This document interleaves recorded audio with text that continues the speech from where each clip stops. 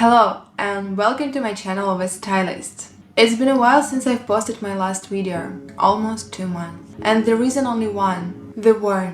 The war in my country, Ukraine. The war in my city, Kharkov. The war next to my house. In this video, I want to share my story. I want to tell how my family and I survived during the war with the food supply with only for 3 days and living and hiding in a basement with 8 degrees Celsium. You will not hear about the politics. It's a story which has changed the life totally. So, if you're ready to hear this story, let's start it.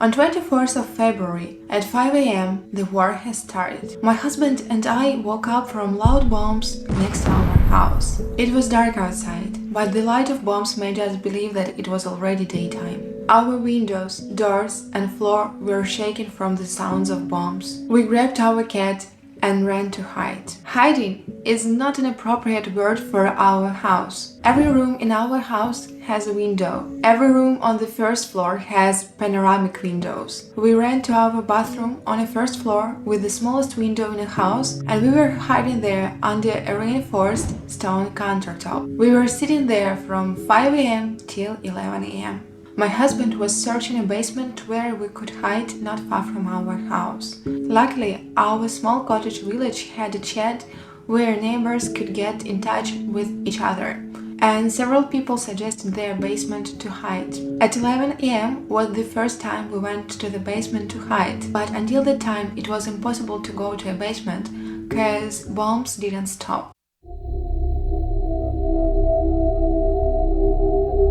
When there were small pauses between artillery strikes, we started to pack our things. We were packing our things just in case. We had a hope the war would finish in a couple of days, because how was it possible to have a war in 2022? We didn't want to realize it was possible at all. But we also knew that if the war would continue, we would have to leave, because our village was in a gray zone, when two sides faced each other and it was dangerous to stay here. So while we were waiting when it was possible to go to a basement, we were packing all the things we needed for the first time. We packed our clothes, bags, shoes, some small tech which we could sell later, pillows, towels, blankets, so all the things which we needed. And honestly, we packed also all the things which were important for us, because still we don't know if it will be possible to turn back to our home. All the things we put just in case in our car, just in case we would need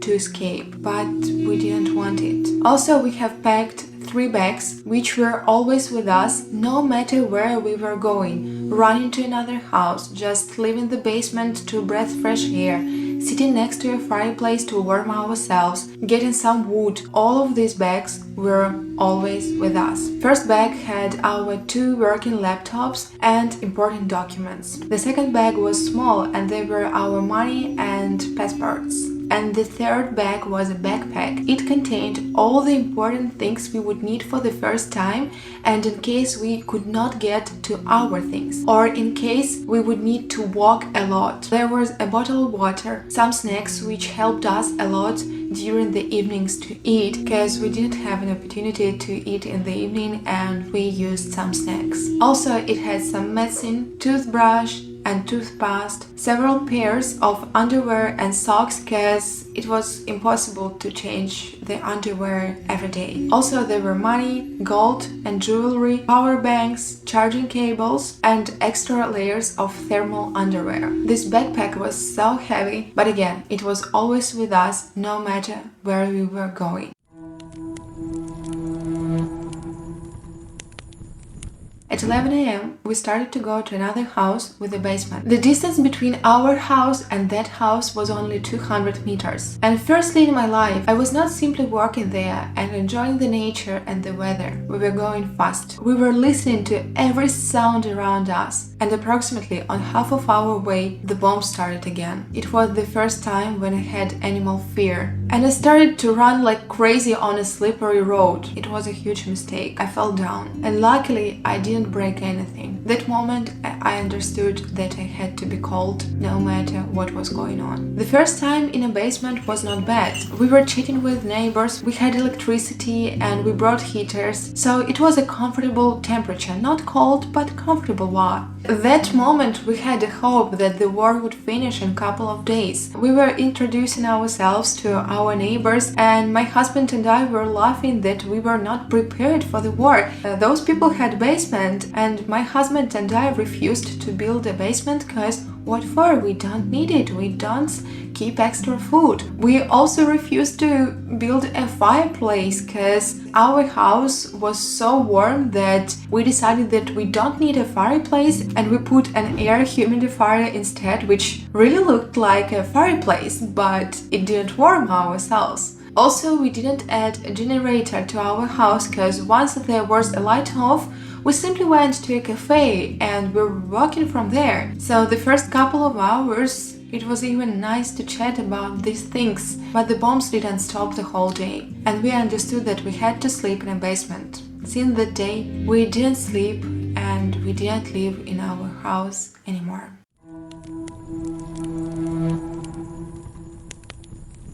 My husband and another man built a bed with wheels and wood for adults. Children were sleeping on a scaffolding in order not to get cold. As there were 13 people in the beginning, my husband and I volunteered to sleep on one outdoor sofa. The length of it was 160 centimeters, less than our height. We were sleeping there together for 8 to 7 nights. When two families had left the basement, each of us started to sleep on his own outdoor sofa. It felt like an upgrade. On the second day, disaster has happened, and it made our hiding in a basement more severe. The electricity towers were ruined, and since that moment we didn't have light anymore. The day I'm shooting this video, almost 2 months after, there is still no electricity, no water, and no connection. So we could not warm our basement with heaters anymore. The temperature started to low down. Firstly, there was 8 degrees, and after, when the temperature outside was getting colder, there was 5 degrees Celsium in our basement. As we were spending most of our time there, it was more difficult to warm ourselves. So we were sleeping under 3 blankets,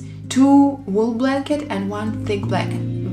Also, we had layers of clothes on ourselves. I had leggings and thin top. Over it I had a turtleneck and jeans and warm sweater, 2 pairs of socks at a daytime and 3 pairs of socks at nighttime, a winter jacket over it and a wool coat over the winter jacket. Also a hat and a scarf. At night, when we were sleeping, I left just a little hole for my nose to breathe. Everything else was covered with blankets and my hat. For 14 days, we didn't have a chance to change our clothes. It was smelly, I think, but it was impossible to grab other clothes and change it.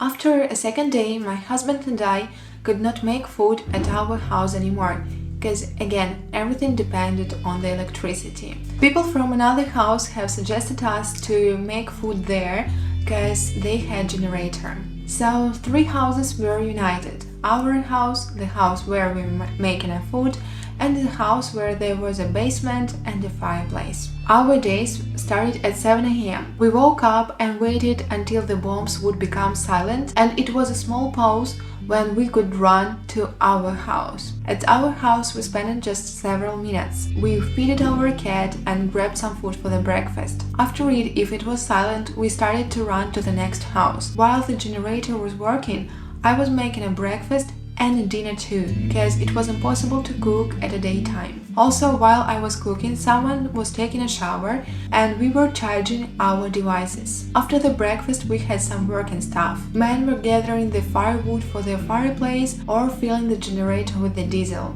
or we were looking for food in another houses, but I'll tell you about it later. When the bomb started again, we waited until we could and we ran again to the basement. At the afternoon, again we were coming to our house to feed the cat and to feed ourselves, and then again turning back to the basement. That sounds crazy, but on the third day we started to understand the types of weapons, how far or how near the bombs were, on which side they were shooting. So we started to afford ourselves to stay on a surface for a longer time. We spent more time next to a fireplace, and we spent more time in the house where we were making food. But once we heard loud bombs close to our village, we were running again to a basement. Fireplace and the basement were not the only things my husband and I were missing.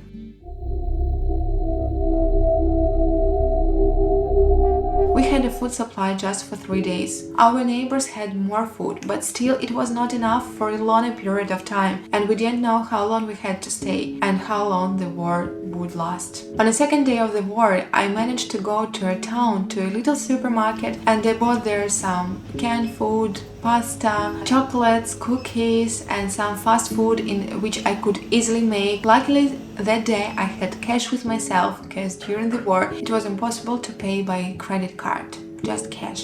It was pretty scary to go to a town, but it was the last time when I went to the town, because later we had lots of techniques next to our village and it was dangerous to live. Still, the amount of food which I bought was not enough for a long time, and we started to think where we could get more food. Any delivery was working. All deliveries declined to bring the food to our village because it was too dangerous, and we needed to find another way to get some food. The third or fourth day, our neighbor, which has left the house before the war, wrote to us and suggested to take all his food from his house and everything we needed.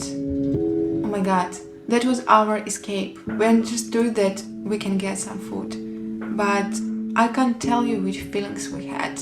It was the moment when the old you was broken, when you are not modest anymore, when you're not naive anymore. It was a situation from a movie. When you go to someone's house, yes, you have permission, but you come into a neighbor's house in your outwear, in your shoes.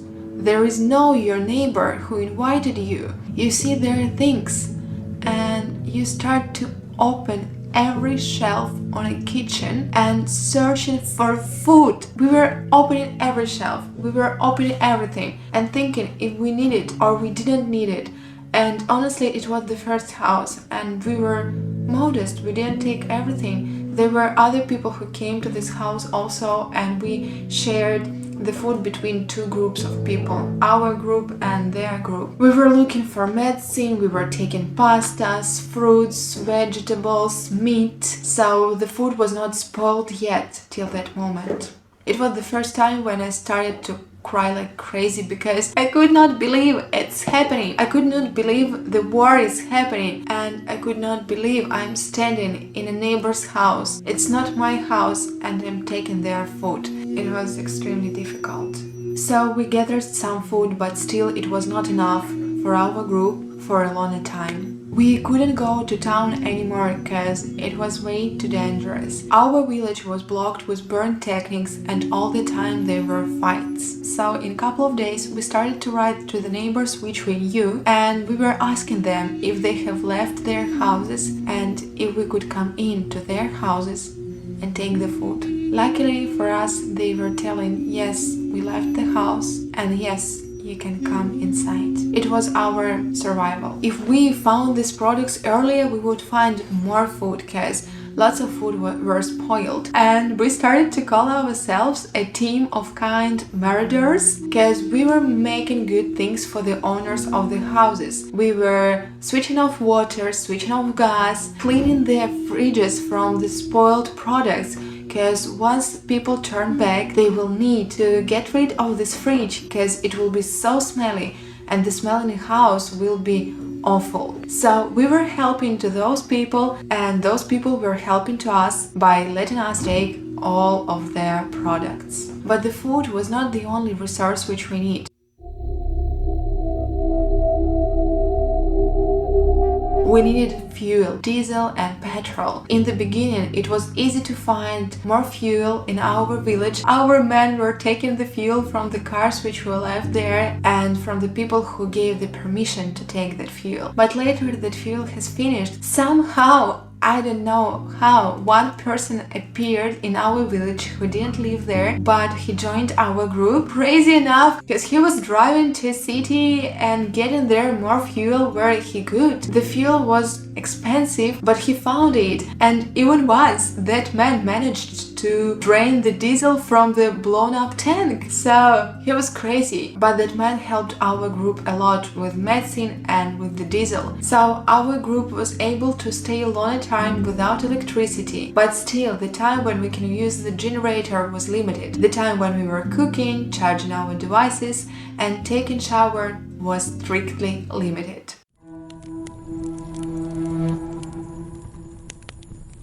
Actually, taking a shower was quite a luxury time. It was cold in house, there's nearly 12 to 14 degrees. We didn't have enough time to warm the water enough, so the water was barely warm. Also, the time when we could take the shower was limited with the bombs, because the bathroom where we were taking a shower had big windows also. You had to take the shower fast, because when the bomb started again, you need to run away from that room. Once I was taking a shower, shaking from the cold, and the bombing started again, and I had to run from the bathroom half naked because I didn't have time to put the clothes on. I had to hide. And honestly, taking a shower was a sad moment for me, because I have never been such a thin girl as those days in my life. I was a shaken skeleton in a shower, covered with goosebumps, and I was shaken from the cold, and the body was so thin. But also there were encouraging moments which made our group smile and which made us a little bit happier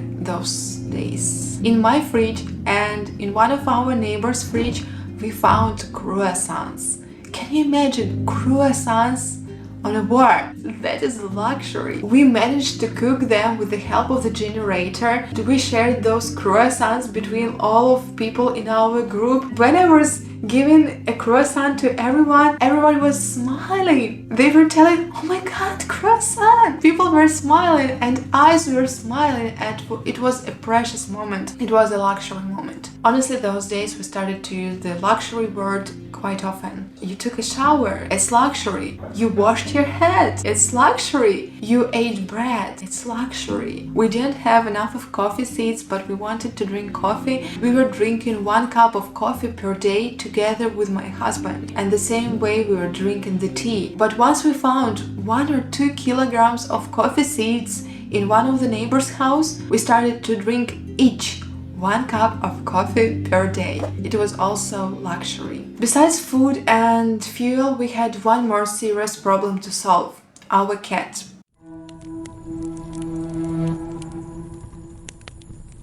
As I told you before, we didn't have electricity anymore, and the temperature at our house was getting cold. So on day 6 it was already below 10 degrees. Our cat was living alone in our house. He heard all the bombs. He was scared. Every time we were coming to feed him, his eyes were crazy because we didn't spend time with him. We spent just 5 minutes per day with him. We needed to do something. We couldn't take him to the basement because it was even more cold there. We couldn't take him to the house with the fireplace because there was a dog and a cat. And the owner of the house where we were making food, he suggested a separate room for our cat. We were so happy that we could move him to that house because it was warmer there because of the generator. And we took our cat and we moved him to that house. Finally, our cat warmed up. We were spending more time with him while we were cooking, while we were staying in that house. We could hug him, we could lie for several minutes with him. I can't even describe you what a relief we had when our cat was a little bit closer to us. 8th of March, we celebrated on a war. And still, it was difficult to realize because we had a hope that war would finish. That day, on the 8th of March, I washed my hair and changed my sweater to smell a little bit better.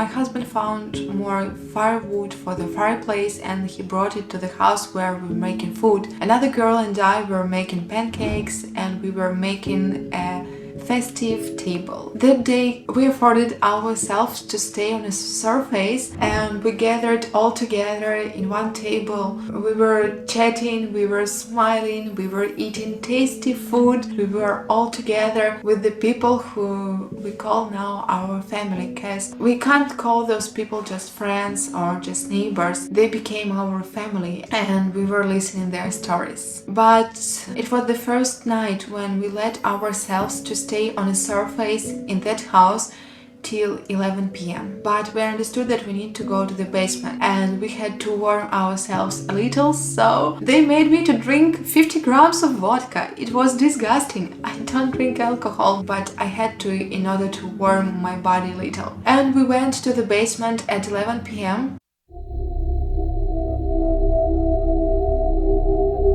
We were so lucky that we went to the basement at 11 p.m. because 30 minutes after the bombing started again. There were bombers flying over our village. They were flying so close to it. We thought that the bombs from the air will start to fall down on our village. We were so scared. Two sides were shooting each other over our village. It was so scary. By that moment we knew how to escape the basement if it will be shut down, but it was so scary. We were sitting in silence and listening to that sounds. That night was so loud and so scary. It was the most difficult night, and it was the last night for us in a basement.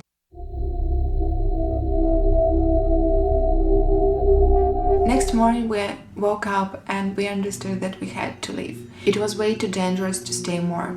The night was scary and as loud as never before. While I was making the breakfast, my eyes were full with tears and hands were shaking from the fear, because I was understanding that it could be our last road. We told about our decision to our group and we went to our house to pack the last things. My husband told me he would go to the garage to prepare the car. And I went to the house to check if all the windows were closed, all the doors were closed, and to check if we took all the things we needed. I started to cry, to yell like an animal who was burning. I've never been crying in my life so loud and so hard before.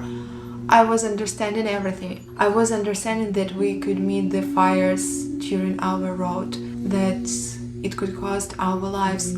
I was understanding that we were leaving our house and maybe we would not have place to come back. And when you understand all of it, it's harmful. You were just burning yourself. You were dying that moment. We packed all the things we needed, closed our house, and we went to another house to take our cat. We put the cat into the cat carrier. We hugged the man in that house. We saw everything in those eyes. We didn't need words that time. We just watched into the eyes of each other, and we left our village and we left our house. We left everything there, and our dangerous road has started.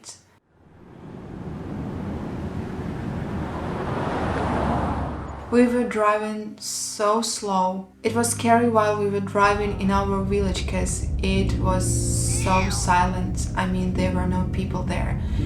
But once we left our village, it was even more scary. It was like a horror. We were the only car on the road. There were no people there. There were no cars. There was just burned techniques, burned tanks, burned cars. We were driving so slow and we were checking on other sides if no one were shooting on us. It was the most scary road in our lives. Once we passed the most dangerous village, we thought that we are in safety because there were already people, they were soldiers, we saw them, we were not alone. But once we thought we already safe, the bombardment from the air started.